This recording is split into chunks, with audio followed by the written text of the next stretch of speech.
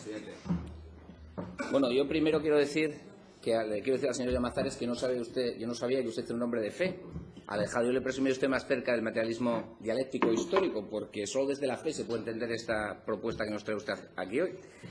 Porque de los 8 puntos que nos plantea, y se analizan, visto lo histórico y los antecedentes, que en una tarea empresarial, que al final de empresas estamos hablando, es lo que alguien que fuera a cometer una tarea empresarial es lo que analizaría.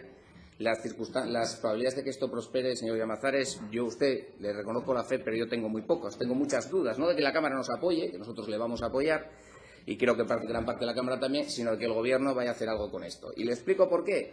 Porque solo uno por uno, cada uno de los puntos, efectivamente, como ya han dicho otros grupos, muchos muy poco concretos, muy dispersos, sería un triunfo.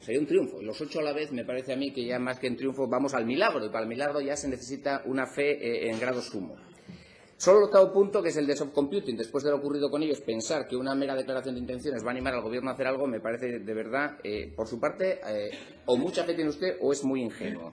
Y lo que nos traen ustedes aquí son 8 puntos en los que son más o menos todas las trabas que tiene que superar la innovación en Asturias. Bueno, habría muchas más. Son trabas que además no entendemos los desde el Grupo Parlamentario Popular ese interés en ponerlo todo junto en un totum revolutum que no creo que ayude mucho a la solución de este problema. Nosotros ahí, si lo que pretendían ustedes es asumir el liderazgo de la I+D+I, yo creo que por nuestra parte, por nuestro grupo, el protagonismo se lo cedemos gustosos si esto fuese a servir de algo, que vuelvo a repetirle que lo dudamos mucho. En definitiva, esta moción enumera 8 medidas que para nosotros son una mera declaración de intenciones, porque nos cuesta creer que el Ejecutivo Socialista vaya a mover un dedo en este ámbito. Y además le voy a decir una cosa de la I+D+I. Decía la diputada Lorena Gil ahora mismo que está de moda.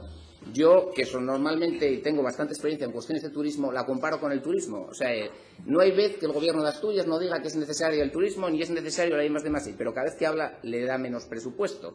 Y ya no solamente es que le dé menos presupuesto, es que ya a veces dudo hasta de las intenciones. Porque, por ejemplo, Innovasturias lleva intentando reunirse con el Ejecutivo, pues lleva ya 2 peticiones, seguimos esperando, que ya no es una cuestión de dinero, simplemente recibir a alguien. Pero bueno, seguimos esperando a que lo reciba. Y luego lo que son ya los números, lo práctico, bueno, pues es difícil, por mucho que haga aquí músculo el señor Javier Fernández sobre su interés sobre la I+D+I, cuando lleva desde 2010 un gasto por habitante de I+D+I en Asturias con una tendencia francamente negativa y no por la crisis, porque como en el ámbito de educación, también respecto a otras regiones, también en el ejecutado, también en la inversión, o sea, los datos no son los números, no dan lugar al optimismo. Y los centros tecnológicos tienen que ser competitivos y para eso se necesita una estrategia. Y nosotros sí creemos que, aparte de medidas concretas, necesita una estrategia global con estos centros competitivos para que no acaben en las difíciles situaciones que han acabado, porque nadie me podrá negar, ni siquiera la bancada socialista, que el año 2015 fue un año nefasto para los centros tecnológicos asturianos. Los ejemplos son claros y evidentes. El cierre del Centro Europeo del Soft Computing, por cierto, con determinados ha salido informaciones sobre nóminas de personal y cosas difícilmente de entender, y la problemática vivida en el ITMA en los últimos tiempos, ¿no? Para lo cual, el Partido Popular ha presentado una proposición no de ley para intentar encauzar la situación concreta, y ahí sí, porque claro, por 8 cosas ahora enunciar medidas concretas no sería posible, ni siquiera por el tiempo. En este caso sí, y que creemos que pueden dar lugar a solucionar el problema. También tenemos que ver cuáles son nuestras prioridades, ¿no? Porque las empresas del sector se han manifestado también repetidamente en que el enfoque de estos centros no es el correcto. Quizás haya que escucharles el Gobierno y replantearse la estrategia con estos centros, que al final deben servir para configurar y cambiar el modelo productivo, porque es para lo que deberían servir.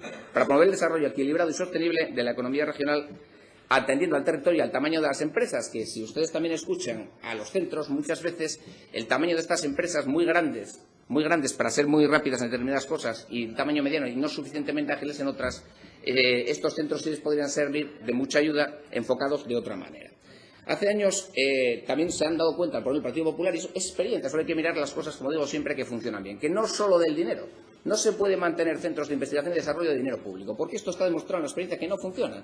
Los centros que funcionan, al final, son sostenibles por sí mismos y algún ejemplo sí podemos tener en Asturias.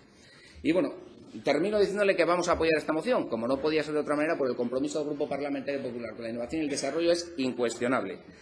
Pero tenemos escasa fe, señor Llamazares. Yo le alabo su entusiasmo, pero el nuestro, vamos a apoyar la moción, pero es escaso en que el Gobierno haga absolutamente nada con ninguna de las propuestas presentadas.